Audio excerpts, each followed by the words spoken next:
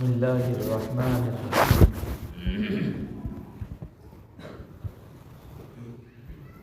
الحمد للہ وحدہ والصلاة والسلام علی من لا نبی بعدہ اما بعد اعوذ باللہ من الشیطان الرجیم بسم اللہ الرحمن الرحیم انا ارسلناک شاہدا ومبشرا ونذیرا صدق اللہ العظیم۔ اللہ رب العزت کا احسان اور کرم ہے کہ اللہ تعالیٰ نے ہمیں ایمان کی دولت عطا فرمائی۔ اللہ تعالیٰ نے ہم سب کو اپنے پیغمبر جناب محمد الرسول اللہ صلی اللہ علیہ وسلم کی امت میں پیدا فرمایا۔ کئی ہفتوں سے اللہ کے نبی صلی اللہ علیہ وسلم کی سیرت کا بیان چل رہا ہے۔ گزشتہ ہفتے اللہ کے نبی صلی اللہ علیہ وسلم کی سیرت کا وہ حصہ ذکر ہوا کہ آقا صلی اللہ علیہ وسلم کو سن 10 نبوی میں جب چچا ابو طالب اور اسی طریقے پر ام المؤمنین حضرت خدیجہ رضی اللہ عنہا کی وفات ہو گئی تو آپ صلی اللہ علیہ وسلم کو بہت غم پہنچا۔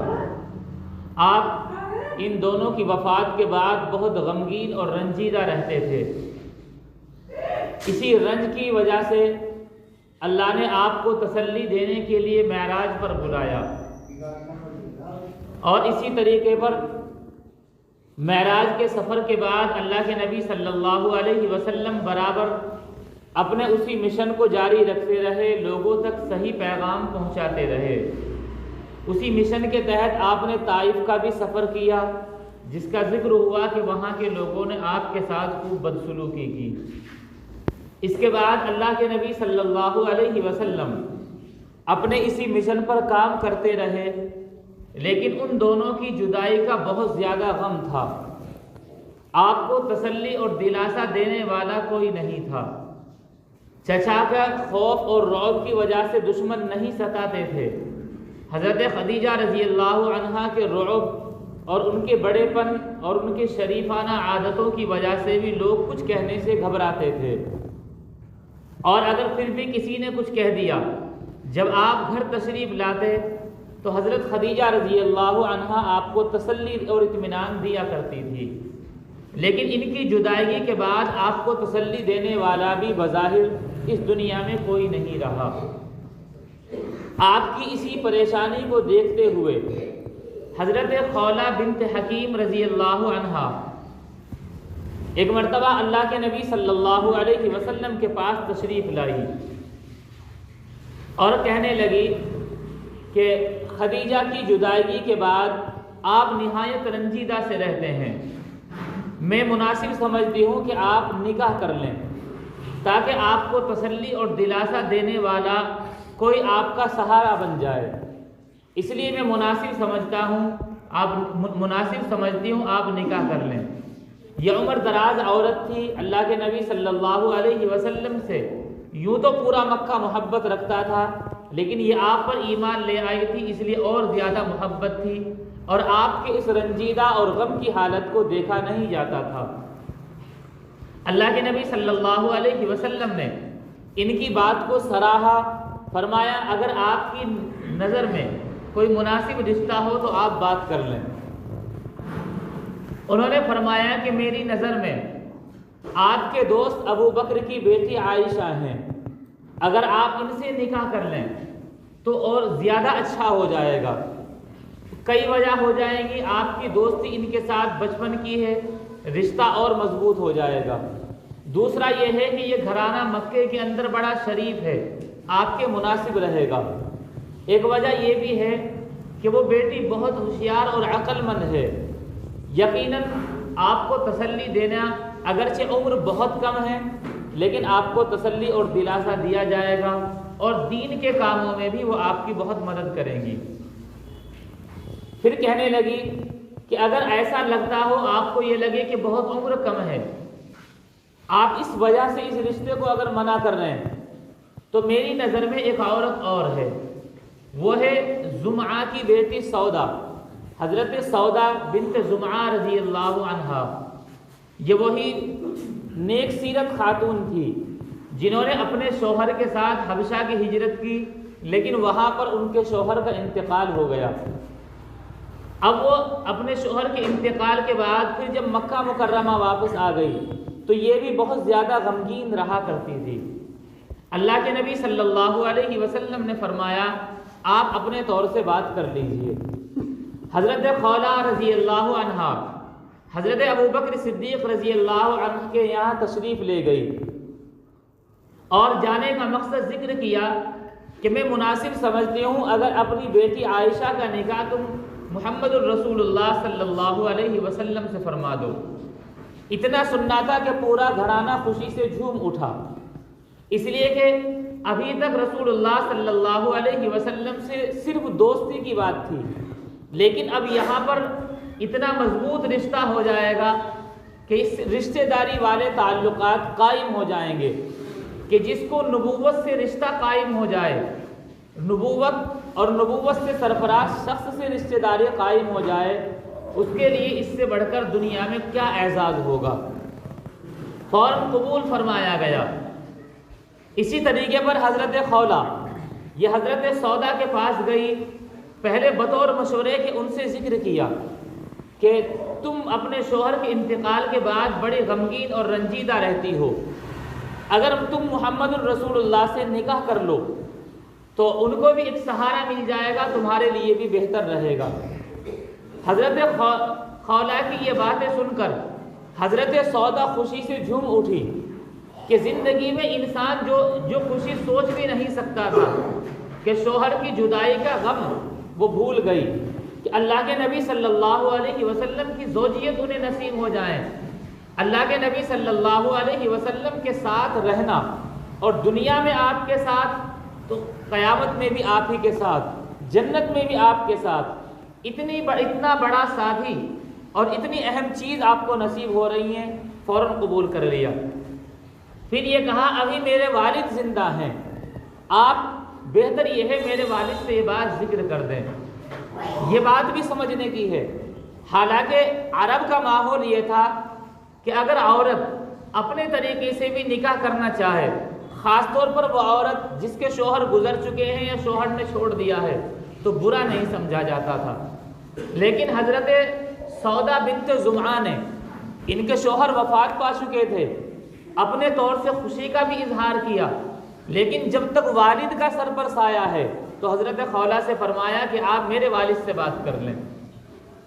ظاہر سی بات ہے، یقین یہ تھا کہ والد انکار نہیں کریں گے، یہ بھی یقین تھا، پھر بھی والد صاحب کو پہلے رکھا۔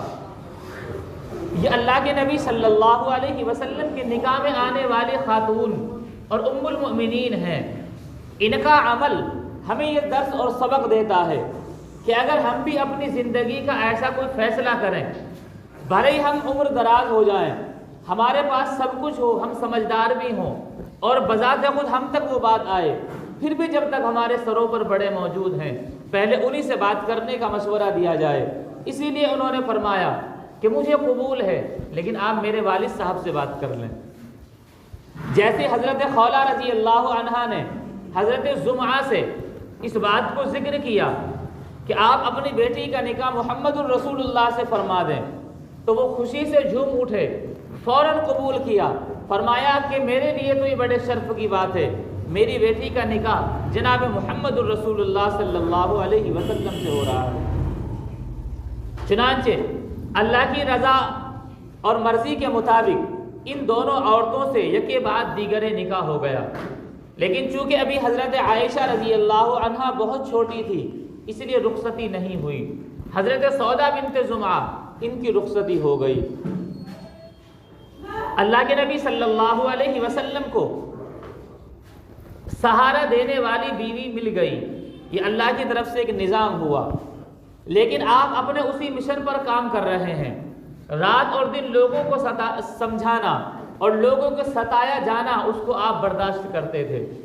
آپ جس طریقے پر طائف گئے، وہاں لوگوں کو سمجھایا، مختلف قبیلوں میں جا کر آپ صلی اللہ علیہ وسلم نے دین کی دعوت دی۔ بعض جگہ پر لوگ قبول کر لیا کرتے تھے کہ آپ کی باتیں سن لی، کچھ نہیں کہا لیکن ایمان قبول نہیں کیا، لیکن بعض لوگ اس کے مقابلے میں آپ کے ساتھ زیادتی اور بدسلوکی کیا کرتے تھے۔ اللہ کے نبی صلی اللہ علیہ وسلم کی محنت جاری تھی، یہ چرچا عرب سے نکل کر باہر تک شروع ہونے والا تھا، اور عرب کفار مکہ اس چیز سے بہت پریشان تھے کہ روز بروز مسلمانوں کی تعداد بڑھتی ہوئی جا رہی ہے۔ اسی دوران قبیلہ دوس جو ملک یمن کے بالکل قریب ہے، ایک بہت بڑی بستی تھی، وہاں کے سردار حضرت طفیل بن عمرو دوسی یہ مکہ مکرمہ میں حج کرنے کے ارادے سے آئے۔ چونکہ ان کا خاندان کئی نسلوں سے یہاں پر حکومت اور بادشاہت کر رہا تھا اور یہ بڑے سردار تھے، پوری قوم ان کی بات مانا کرتی تھی۔ کفار مکہ کو پتہ چلا کہ قبیلہ دوس کے سردار طفیل بن عمرو آ رہے ہیں۔ جب پتہ چلا وہ بڑی شان و شوکت کے ساتھ آ رہے تھے، کفار مکہ اکٹھا ہوئے اور مکے سے باہر گئے، ان کا استقبال کیا۔ استقبال میں انہیں تحفے اور انعامات دیے، بہت ساری باتیں کی۔ ان باتوں میں خلاصہ کلام اپنا پیش کیا کہ آپ بڑے معزز آدمی ہیں، مکہ المکرمہ کے اندر محمد بن عبداللہ نامی ایک شخص ہے، بڑا عجیب آدمی ہے، آپ اس کی باتیں سنو گے تو آپ کو آپ کے گھر والوں کے خلاف کر دے گا۔ اس نے مکے کے اندر بھائی کو بھائی سے، باپ کو بیٹے سے، بیٹے کو باپ سے جدا کر رکھا ہے، سب میں خانہ جنگی کرا رکھی ہے، اس لیے آپ مکے میں آؤ، آپ ہمارے مہمان ہو، بڑا اعزاز و اکرام آپ کا۔ لیکن اس کی باتیں بالکل نہیں سننی۔ خود فرماتے ہیں کہ میں نے یہ ارادہ کر لیا کہ میں کانوں کے اندر روئی ڈال دوں گا لیکن محمد بن عبداللہ کی باتیں نہیں سنوں گا۔ چنانچہ میں چھپتا چھپاتا رہتا تھا، جہاں کو بھی پتہ چلے کہ یہ محمد بن عبداللہ جا رہے ہیں بہت دور ہٹ جایا کرتا تھا۔ اللہ کا کرنا تھا، ایک دن صبح کے وقت میں بیت اللہ میں آیا اور طواف کر رہا تھا، میرے کانوں میں قرآن کریم کی تلاوت کی چند آیتوں کی آواز آئی جو کہ محمد الرسول اللہ صلی اللہ علیہ وسلم کی تھی۔ جیسے میں نے اس تلاوت کو سنا تو میرا دل ذرا بے قرار سا ہوا کہ کوئی غلط بات تو آئی نہیں، یہ تو اچھی بات ہے، کیوں نہ سن لیا جائے۔ پھر تھوڑی دیر میں میرے دل میں یہ بات آئی کہ تو اپنے قوم کا بڑا سمجھدار اور عقل مند آدمی ہے، ان لوگوں کی باتوں میں آ کر پاگل اور بیوقوف اور نادان بنا ہوا ہے۔ ایسا تو نہیں ہے کہ اگر تو نے محمد کی باتیں سن لی فوراً انہی کا ہو کر رہ جائے گا۔ دنیا میں ہر انسان کو یہ حق ہے، وہ اچھی بری ہر طرح کی باتیں سنتا ہے اور پھر اس کو حق ہے، چاہے تو قبول کر لے چاہے تو چھوڑ دے۔ عقل مند آدمی اچھی باتیں قبول کرتا ہے اور بری باتیں چھوڑ دیتا ہے۔ چلو میں بھی ان کی کچھ باتیں سنتا ہوں، اچھی لگی تو قبول کر لوں گا، بری لگی تو کوئی بات نہیں، میں اپنے قبیلے میں جانے ہی والا ہوں۔ اللہ کے نبی صلی اللہ علیہ وسلم بیت اللہ سے گھر کی طرف تشریف لا رہے تھے کہ حضرت طفیل بن عمرو پیچھے پیچھے ہو لیے، ذرا آگے بڑھ کر سلام کیا۔ سلام کرنے کے بعد یہ کہا میں آپ کی کچھ باتیں سننا چاہتا ہوں۔ اللہ کے نبی صلی اللہ علیہ وسلم نے قرآن کریم کی تلاوت شروع کی، چند آیتوں کی تلاوت کی۔ حضرت طفیل بن عمرو نے سنا، فوراً آپ کے دیوانے ہو گئے اور فوراً کلمہ پڑھ کر اسلام قبول کر لیا۔ کفار مکہ کو پتہ چلا کہ جس شخص کے لیے اس قدر محنت تھی دور رکھنے کی، وہ شخص ان کا ہو گیا تو ہماری محنتیں تو بیکار ہو گئی۔ حضرت طفیل بن عمرو کا اسلام قبول کرنا تھا، پورے قبیلے دوست نے اسلام قبول کر لیا۔ اللہ کے نبی صلی اللہ علیہ وسلم کی یہ محنت اب مکہ المکرمہ سے نکل کر اب مکہ المکرمہ کے باہر دوسرے قبیلوں میں پہنچ رہی ہے، وہاں کے لوگ ایمان قبول کر رہے ہیں۔ اسی طریقے پر اسی سن 10 نبوی کے اندر اس سے پہلے قبیلے اوس اور خزرج مدینے میں مختلف قبیلے آباد تھے، کچھ یہودی تھے اور دوسرے مشرکین تھے۔ ان مشرک قبیلوں میں قبیلے اوس اور قبیلے خزرج دو بڑے قبیلے تھے، ان کی آپس میں ہمیشہ جنگ چلی آ رہی تھی۔ یہودیوں نے ان کے ساتھ یہ کیا، انہیں سود میں دبایا۔ جب یہ سود میں اچھے خاصے دب گئے، اب ان لوگوں کو ایسا کر دیا کہ یہ کسی کام کے نہیں رہے۔ جو ان میں اچھے صاحب ثروت اور مالدار لوگ تھے وہ بھی یہودیوں کے قرض میں اور احسان تلے دب گئے، اور جو ان کے سود میں دب گئے تھے وہ بہت زیادہ تنگ آ چکے تھے۔ اب قبیلہ اوس و خزرج نے آپس میں ایک مشورہ کیا کہ ہماری اتنی پرانی جنگ کی وجہ سے یہودی ہم پر حاوی ہو گئے، ہم آپس میں اتفاق کرتے ہیں اور ایک شخص کو بادشاہ بنا لیتے ہیں، وہ بادشاہ ہماری رہبری اور رہنمائی کرے گا، اور اسی کے رہنمائی میں ہم کسی بھی طریقے پر ان لوگوں کا مقابلہ کر سکیں گے، ورنہ اس طریقے پر ذلت ہم سے گوارا نہیں ہوگی۔ قبیلہ خزرج میں ایک شخص عبداللہ بن ابی نامی تھا، یہ اس وقت بڑا سمجھدار، ہوشیار، عقل مند اور با اثر شخص تھا۔ ان لوگوں نے اسے تیار کیا کہ تم بادشاہت کے لیے تیار ہو جاؤ۔ کسی طریقے پر کافی محنت کے بعد یہ بادشاہت کے لیے تیار ہو گیا، بادشاہت کے لیے تیار ہو گیا۔ اب اسی زمانے میں قبیلہ خزرج کے 6 لوگ مکہ مکرمہ میں حج کرنے کے لیے تشریف لائے۔ انہوں نے ایک پہاڑ کے پیچھے ایک گھاٹی عقبہ جس کو کہا جاتا ہے، پہاڑ کا پچھلا حصہ یا پہاڑ کی گھاٹی، اس کو عقبہ عربی زبان میں کہا جاتا ہے، یہ وہاں ٹھہرے۔ اللہ کے نبی صلی اللہ علیہ وسلم ان سے ملاقات کے لیے تشریف لے گئے، چونکہ آپ صلی اللہ علیہ وسلم کے دادا عبد المطلب کا ساری ننیحالی رشتہ مدینہ منورہ میں تھا۔ ان میں 2 شخص ننیحالی رشتے کے تھے۔ اللہ کے نبی صلی اللہ علیہ وسلم ان سے ملاقات کے لیے تشریف لے گئے۔ ملاقات کے بعد ان کو اسلام کی دعوت دی۔ یہ سب لوگ آپس میں ایک دوسرے کا منہ تکنے لگے۔ پھر اس کے بعد ان لوگوں نے کہا، آپس میں مشورہ کیا کہ یہودی ہم پر حاوی ہیں اور یہودی آخری نبی کی تلاش میں ہیں۔ اگر یہودیوں نے ہم سے پہلے ان پر ایمان قبول کر لیا تو یہودی پہل کر لیں گے، ہم اس معاملے میں پیچھے رہ جائیں گے، اس لیے بغیر سوچے سمجھے ان کی سب باتوں پر یقین کرو اور ایمان قبول کر لو۔ ان 6 لوگوں نے آپ صلی اللہ علیہ وسلم کے ہاتھ پر ایمان قبول کیا۔ آپ صلی اللہ علیہ وسلم گھر تشریف لے آئے، اور یہ قبیلہ، یہ 6 لوگ یہاں سے رخصت ہو کر پھر حج کے بعد مدینہ منورہ چلے گئے۔ انہوں نے وہاں جا کر اپنے قبیلوں میں، لوگوں میں اسلام کی دعوت دی اور آپ صلی اللہ علیہ وسلم کا تعارف کرایا۔ اگلے سال حج کے ارادے سے مختلف کافی لوگ آئے۔ یہ نبوت کا 11واں سال تھا۔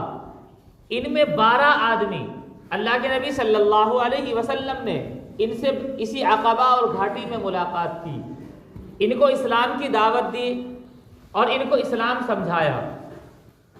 ان لوگوں نے اس بات کو قبول کیا کہ ہم آپ پر ایمان قبول کر لیں گے۔ کافی بات ہونے کے بعد انہی شخص میں ایک شخص تھا، حضرت اسعد بن زرارہ۔ اللہ کے نبی صلی اللہ علیہ وسلم نے ان کے متعلق فرمایا کہ یہ لوگ تمہارے ذمہ دار ہیں، اور حضرت مصعب بن عمیر رضی اللہ عنہ کو ان کا استاد اور معلم بنا کر ان کے ساتھ بھیجا تاکہ یہ جا کر ان لوگوں کو سمجھائیں، تعلیم دیں۔